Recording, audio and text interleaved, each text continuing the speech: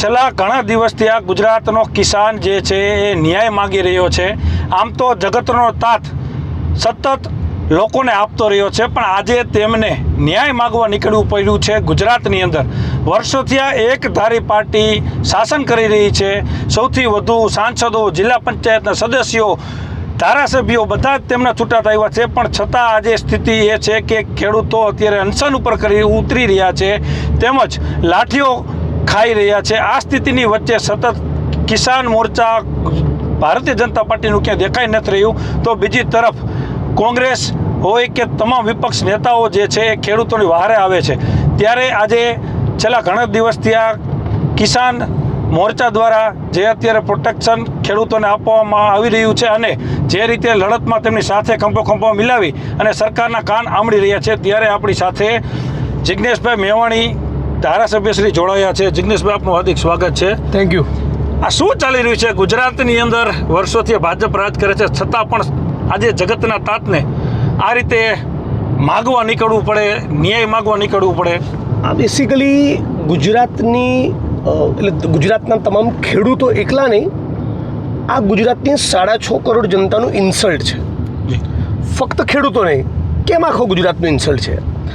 એટલા માટે કે 150 સીટો આવ્યા પછી, તાલુકા, જિલ્લા પંચાયત, નગરપાલિકા, મહાનગરપાલિકા બન્યા પછી અમારી મરજી આવે એ ખેડૂતો સાથે કરીશું, તમે ગુજરાતના લોકો થાય તોડી લેજો. આવો સંદેશ ભાજપે આપ્યો છે. ખેડૂતોને માર્યા, જનાવરની જેમ એમને ઢસડ્યા, બેન દીકરીઓ, માતાઓ પર લાકડીઓનો ફટકા વીજ્યા, જેને બાળક કહેવાય એવા ટીનેજર્સને, 12-15 વર્ષના બાળકને ઉંચકીને પોલીસ વાનમાં ફેંકે, બહેનોને મારે, ગંદા શબ્દોનો પ્રયોગ થાય. એક આર્મીના જવાન એ ગુજરી ગયા, શહીદ થયા, એમને વિધવા, એને દમદાટી પોલીસના માણસો આપે. 26 વર્ષના એક ખેડૂત સાપાકડા ગામના મોરબીના, એને એવું કીધું 26 તો થયો ને બાકીના જીવવા છે, મતલબ કે તેનો પૂરો કરી નાખીશ. એટલે આ પ્રમાણેનું વર્તન શેના માટે? કંપનીઓની ચાપલુસી કરવા. અને કંપનીઓની ચાપલુસી કેમ? કેમ કે ભાજપને ચૂંટણીમાં ફંડ આપે છે. એટલે ભારતીય જનતા પાર્ટી, પોલીસ પ્રશાસન અને કંપની ત્રણેયની મિલીભગત છે. અને આ મિલીભગતનો ભોગ એ ગુજરાતનો ખેડૂત બન્યો છે. અને ગુજરાતનો ખેડૂત એવું નથી કહેતો કે વીજળીનો થાંભલો નહીં આવવો જોઈએ. એ એવું કહે છે કે ભાઈ વીજળીનો થાંભલો નાખવા માટે જે જગ્યા તમારે જોઈએ એ સિવાયની પણ તમે બાકીની જગ્યા ભોગવો છો, તો એના ભોગવટાની કિંમત તમને આપો. એનું વળતર તો તમે ચૂકવો. એટલે કોંઢ ગામમાં ગઈકાલે હું પોતે રૂબરૂ જોઈને આવ્યો કે કોંઢમાં જે આખું સ્ટ્રક્ચર ઊભું કર્યું હતું એ 67 મીટરની રેડિયસમાં, ત્રિજ્યામાં જે ઊભું કરવાનું હોય અને એ ઊભું કરવા જવા આવવાનો રોડ વાપરવાનો, પણ એ રોડ અને એક કુંડાળું, એ જગ્યા જ્યાં પેલા થાંભલા ઊભા કરવાના છે, એના સિવાય બીજા 1.5 વીઘામાં સામાન પાથરેલો છે. તો એનું તમે ભાડું ચૂકવો છો? એ બાકીની જગ્યા વાપરવા માટે તમે ખેડૂતની પરમિશન લીધી? જો ના, તો એ કોઈ પણ સંજોગોમાં ચાલે નહીં. અને ઘણી જગ્યાએ તો મારું ખેતર છે, મારા ખેતરમાં જમણવાર કરીને તમને બોલાવવા છે, તમારા પરિવારને બોલાવવા છે, 200-500 લોકોને બોલાવવા છે, કે મારા ઘરના વરંડામાં મારે કોઈને આમંત્રણ આપવું છે, તો મારે કોઈને પૂછવાનું રહેતું નથી. આ તો ખેતર ખેડૂતનું, અને પોલીસ કે તમારે નથી જવાનું. એટલે આ ધંધો કોઈ પણ પ્રકારનો ન ચલાવી લેવાય. ખાસ કરીને જે રીતે કાયદાની આટીઘૂટીમાં કલેક્ટર્સ હોય, ટીડીઓ, મામલતદાર હોય કે પોલીસ, પીઆઈ, પીએસઆઈ, એસપી, જે કાંઈ પણ અધિકારીઓ હોય, કોઈ ખેડૂતનું સાંભળતું નથી. બિલકુલ. ફક્ત ને ફક્ત મામલતદારને તમે બોલાવો, એસપીને બોલાવો રજૂઆત માટે, તો એ ફક્ત ને ફક્ત કંપનીનું જ ખેંચી રહ્યા છે. તો સંવિધાનમાં કોઈ એવો જોગવાઈ ખરી કે ખેડૂતને પોલીસ પ્રોટેક્શન મળે, ખેડૂતનો આ લોકો સાંભળે, કે સંવિધાન જેવું અત્યારે કંઈ રહેવા નથી? સંવિધાન જેવું રહ્યું હોત તો વિશ્વગુરુનું નામ એપ્સ્ટીનની ફાઇલોમાં આવ્યું હોત. સંવિધાન જેવું રહ્યું હોત તો સ્ત્રીઓને નગ્ન કરીને મણિપુરમાં ફેરવી હોત. સંવિધાન જેવું રહ્યું હોત તો થાનગઢમાં દલિતોની છાતી પર AK-47 રાઇફલની ગોળીઓ મારી હોત. ઉનામાં ગાડી જોડે બાંધીને દલિતોનો ફટકાર્યા હોત. ભાનુભાઈ વણકરે આત્મવિલોપન કરવું પડ્યું હોત. નીટની એક્ઝામ્સનું પેપર ફૂટ્યું હોત. દુકાનદાર, વ્યાપારી, સ્મોલ મીડિયમ સ્કેલ ઇન્ડસ્ટ્રીઝ આજે ખતમ થઈ ગઈ. આ થયું હોત સંવિધાન હોત તો. આ ભારતીય જનતા પાર્ટીના માણસો કાનૂન અને બંધારણમાં બિલકુલ માનતા જ નથી. એ ફક્ત એક વાતમાં માને છે કે ચૂંટણી આવે એટલે દારૂ વેચવો, પૈસા આપવા, ધાક ધમકી આપવી, પોલીસ પ્રશાસનનો મિસયુઝ કરવો અને બંધારણના ચૂરેચૂરા કરીને હિન્દુ મુસલમાન કરીને વોટ લેવા. આજે જેટલા પણ ખેડૂતો છે એના 99.99% હિન્દુ ખેડૂતો છે. ક્યાં ગયા જે કહેતા હતા હિન્દુ હિત કી બાત કરેગા વહી દેશ પે રાજ કરેગા? આ બધા હિન્દુ જ ખેડૂતો છે. પત્ર ઠોકી કાઢી તમે. એટલે ખેડૂત વર્ગે પણ સમજવાની જરૂર છે કે ચૂંટણી વખતે તમારા વોટ લઈ જાય છે અને જેવી તાલુકા જિલ્લા પંચાયતની ચૂંટણી પતી તરત તમારા પીઠ ઉપર બરડા ઉપર લાકડીઓને દંડાઓ વીંજવાના ચાલુ કર્યા. જેતપર ગામે અત્યારે આપણે જઈ રહ્યા છીએ. જી. રાજ્ય સરકારના મંત્રી અને 6 ટર્મથી ધારાસભ્ય જે ચૂંટાણા છે, કાંતિભાઈ અમૃતિયા, તેમનું જ ગામ છે. તેમના જ પરિવારના દીકરા દીકરીઓને માર્યા.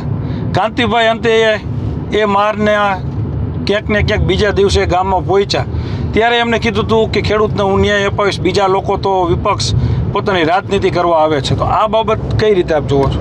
બહુ સારું. કોઈ ન્યાય અપાવી દેતું હોય તો એનાથી ઉત્તમ શું હોઈ શકે?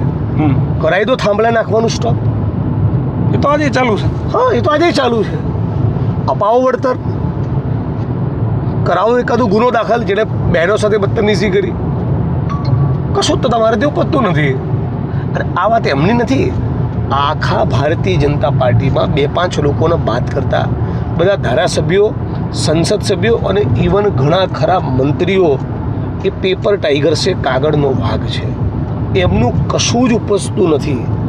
ઇનફેક્ટ 13 જેટલા ભાજપના ધારાસભ્યો, સંસદ સભ્યોએ એવી ફરિયાદો કરેલી છે મુખ્યમંત્રીને કે આ ઓફિસરો અમને ગાંઠતા જ નથી. જેનાથી શેક્યો પાપડ નથી તૂટતો એ ભાજપના નેતાઓ જોડે શું અપેક્ષા રાખવાની? એટલે હું તો એટલું જ કહેવા માગું છું ખેડૂતોને કે તમે જ્ઞાતિ ધર્મ બધું ભૂલી 15મી જૂને એક જ ધૂન 15 જૂન 15મી તારીખે ગાંધીનગર પહોંચો અને પોતાની એકતાના સંગઠન શક્તિનો પરચમ લહેરાવો. આ પરચમ લહેરાવવા માટે મોરબીથી ઘણા બધા ખેડૂતો જવાના છે. બિલકુલ. પહેલાં તો એમને જવા દેવામાં આવશે કે નહીં એ પણ હજી પ્રશ્ન છે. બીજું, માની લ્યો ગાંધીનગર પહોંચી પણ ગયા અને હા, ગુજરાતમાં દારૂના અડ્ડાની પરમિશન હોય, ચરસ ગાંજો વેચવા દેવાની પરમિશન હોય, સ્પાના નામે કૂટણખાના ચલાવવાની પરમિશન હોય, ઇલીગલ માઇનિંગની પરમિશન હોય, ડ્રગ્સની પરમિશન હોય, તો ખેડૂતને પોતાનો અવાજ બુલંદ કરવાની પરમિશન નહીં, પોતાના હકના અધિકારની વાત કરવાની પરમિશન નહીં, પોતાના ખેતરમાં જવાની પરમિશન નથી. પોતાના ખેતરમાં જવાની પરમિશન નથી. વિચાર કરો. આજે જે ખેડૂત અહીંયા બેઠો છે એને ખેતરમાં જવું છે, કપાસમાં પાણી પાવું છે તો એને અત્યારે છૂટ નથી. આ સ્થિતિ છે. એટલે આ પરિસ્થિતિ છે વાસ્તવિક. પણ હકીકતમાં 15 તારીખના કાર્યક્રમ બાદ આ ખેડૂતને જે અત્યારે પાણી, જે પ્રકારે અત્યારે ખેતીના થાંભલા વીજ પોલ આવી રહ્યા છે, ઘણી બધી સમસ્યા છે. તો આ બધી સમસ્યાનો અંત આવી જશે? ના, સતત લડવું પડશે. MSP માટે લડવું પડશે, ખોટી માપણી એના માટે લડવું પડશે, ક્યાંક પોલીસ દ્વારા જુલ્મ અત્યાચાર કરવામાં આવે એના મુદ્દે લડવું પડશે, થાંભલા ખોટા નાખી રહ્યા છે એના મુદ્દે લડવું પડશે, વળતરના મુદ્દે લડવું પડશે. ટેકાના ભાવ તો મળવા જ જોઈએ, પણ સાથોસાથ ખેતી કરવી પોસાય એ પ્રમાણે બધી વ્યવસ્થા ઊભી થવી જોઈએ. જંતુનાશક, ખાતર, બિયારણ, ખેતીના ઓજારો બધું જ ભયંકર મોંઘું થઈ ગયું. આની સામે પણ લડવું પડશે. એટલે ખેડૂતે સંઘર્ષ કર્યા સિવાય છૂટકો નથી. તો જિગ્નેશભાઈનું સ્પષ્ટ કહેવું છે કે પોતાની જે કાંઈ પણ માંગણીઓ છે એના માટે હવે સંઘર્ષ કરવો પડશે, લડત આપવી પડશે. આ લડત આપવા માટે બધાને ખાસ હાથ જોડીને વિનંતી અને અપીલ કરું છું, 15 તારીખે ચલો ગાંધીનગર. એક વખત આપની જે કાંઈ પણ સમસ્યા છે તેના માટે આપ લડત આપવા માટે 15 તારીખે જે ટ્રેક્ટર્સ રેલી તમામ જિલ્લાઓમાં થઈ અને જે રીતે ગાંધીનગર પહોંચવાની છે, આશા રાખીએ કે આ રેલી બાદ આ ખેડૂતોના બુલંદ અવાજ સાંભળ્યા બાદ, જોયા બાદ સરકારને ક્યાંક ને ક્યાંક જો શરમ આવે અને ખેડૂતના અત્યારે જે અત્યાચાર થાય છે એમાં થોડા ભાગે પણ જો આ રેલી બાદ રાહત મળે તો ઘણું બધું ગુજરાતના કિસાનોને સહવાનું જે બાકી છે એમાં ઘણો બધો રાહત મળે એવું તેવું છે. અને આપણે પણ આશા રાખીએ કે જે રીતે 2015માં આંદોલન થયા, લોકોના શહીદી વરવી પડી અને ઘણા બધાને દંડા ખાવા પડ્યા, ઘણી પરિવારને પોતાના સ્વજન ગુમાવવા પડ્યા અને અંતે ત્યારબાદ આટલું બધું હોબાળો થયા બાદ મુખ્યમંત્રીના રાજીનામા લેવાના અને ત્યારબાદ અંતે વર્ષો વીતી ગયા બાદ એ 10% અનામત આપવું પડ્યું, તો એ ભોગ આ વખતે ખેડૂતોના ન લેવાય અને સીધી રીતે ખેડૂતને જે તેમની ડિમાન્ડ છે એ સરકાર પૂરી કરે એવી આશા અને અપેક્ષા છે.